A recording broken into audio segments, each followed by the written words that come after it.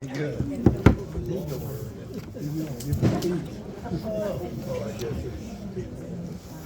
Okay.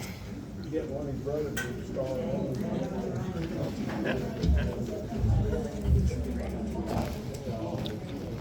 I've got to bring up a story about.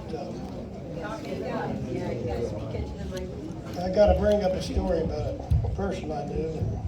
And he was having health issues, like I know some of us are. I know I am.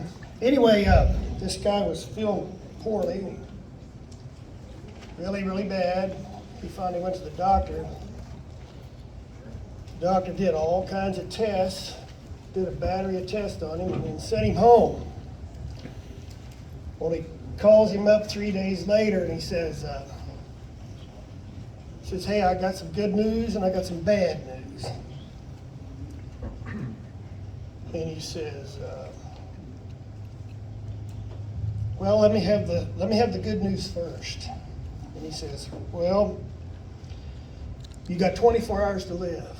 And the guy says, wow, how could that be? If that's the good news, how bad could really the bad news be?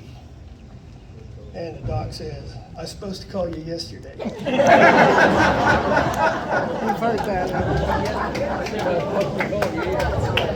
Anyway, I'm here to introduce my brother Alan. We grew up south of town here. He went 2 years to Greeley, I went 1 year. When we went to Garnett High School, until they built the new one, which is in Anderson County, we was in a vocational agriculture was a class. I was a junior, he was a senior.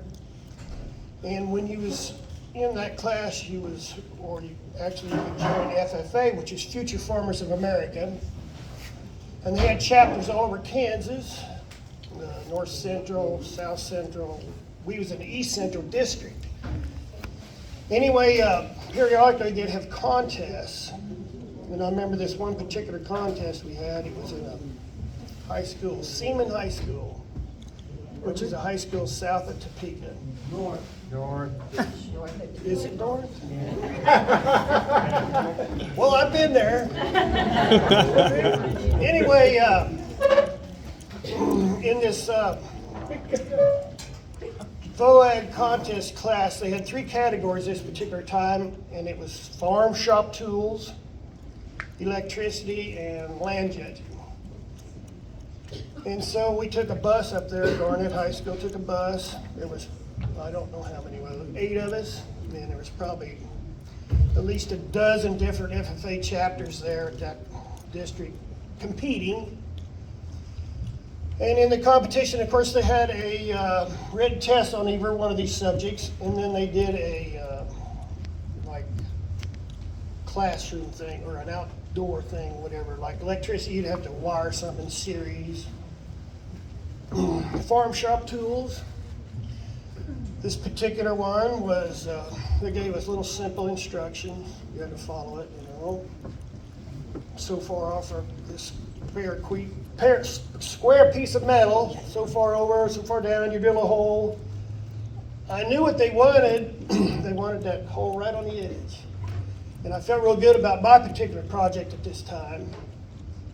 And then I handed it in and I watched some of the real ugly ones that was turned in. I felt really good about everything.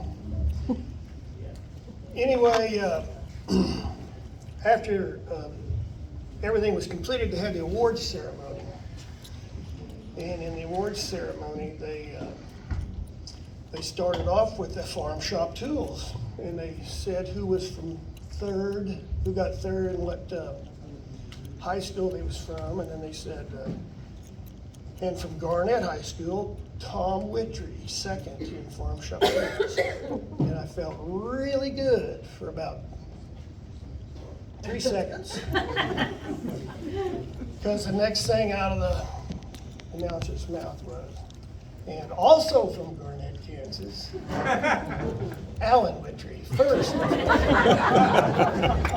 Now, not only did Alan get first in farm shop tools, he got third in electricity, high individual and second in land judging out of all, which propelled Garnett as to the winner of that particular contest, and him being outstanding overall individual. And when I started this, I talked about my brother Alan, and it's anything he's ever endeavored in, he's succeeded well. And that is just one example. When I told him about this a couple of months ago, he didn't even remember none of it. That's like a small trivia thing that happened.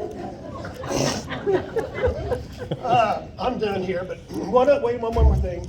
His, the following year, no, that same year, this contest was in the fall, spring, the following year, Garnett High School won the National Land Judging Contest, of which he was a member. It was down in Oklahoma City. The other three members were Tim Miller, Kenny Lankard, and Bill Proctor. The four of them won the Nationals. I mean, out of hundreds of chapters, no thousands. Anyway, that was the same year. Okay, I'm done.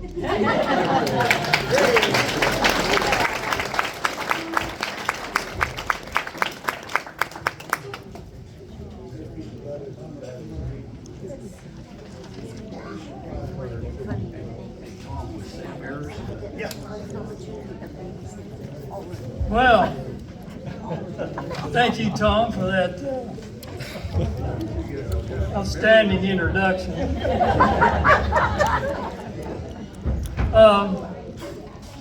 I want to thank the Alumni Association and the Greeley alumni for this honor, this recognition. Thank you. On the table, you'll see paper there that says everything that I've done, and my wife included, but mainly me, but for 50 years since we left high school. And most of us been overseas. I think because it was overseas, I think I'm going to have to give that credit to my wife. She started it, actually. And it was basically, she says she convinced me to go to college. I wasn't going to go. She said I was too smart. I needed to go. So I don't remember this, but I went to college. And then, right before we graduated from university, I had several interviews with companies, and one was with Phillips Petroleum Company. And she asked me how it went, and I told her they offered me a job. And when I told her that they said within a year, they were going to send us overseas for at least 6 months, she got rather excited and stood up and said, I think you should take that job.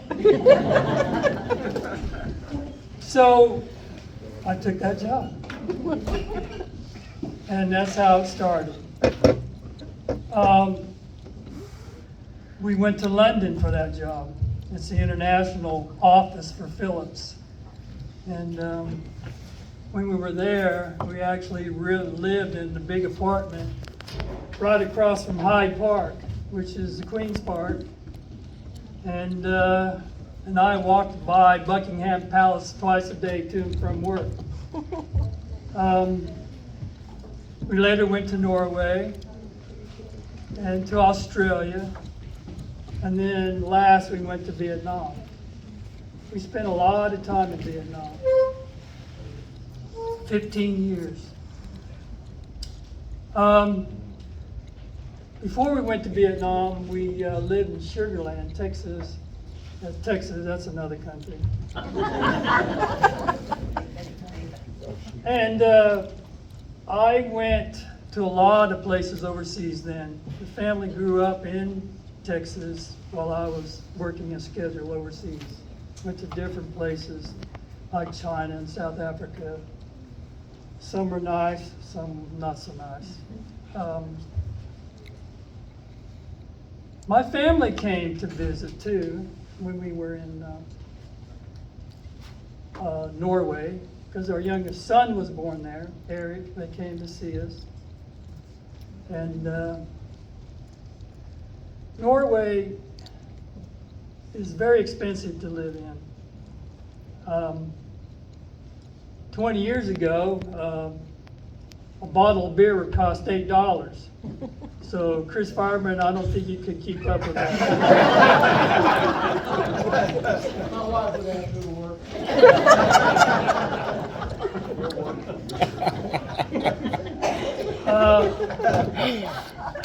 One day I told my dad, I said, I'm going to go to the grocery store and you can come with me, but don't do any conversion.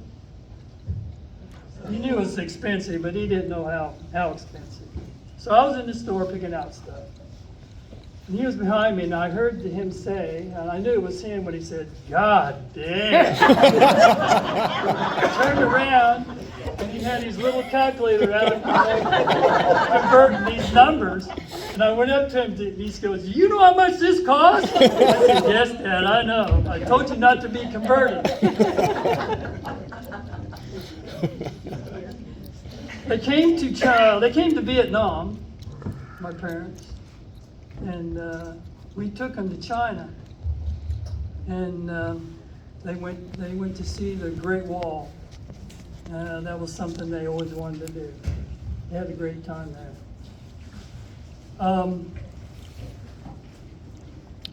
Even though we lived overseas a lot, we came back to Kansas. We brought our family back here. We wanted the boys to experience family and life here. I have roots here, so, and we're still Chiefs fans.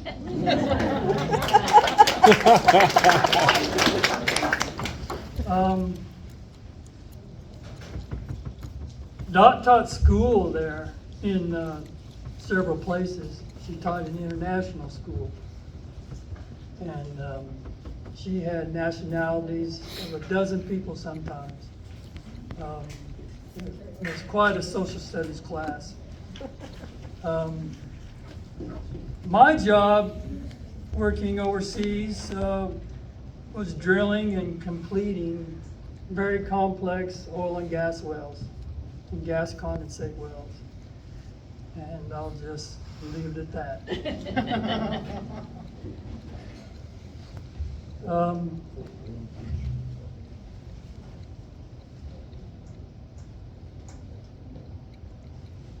I just want to mention one other thing.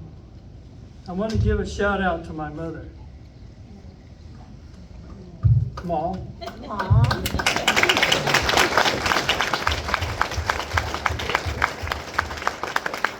She's the best mom, and she's supported me for a long time and still does. Thank you.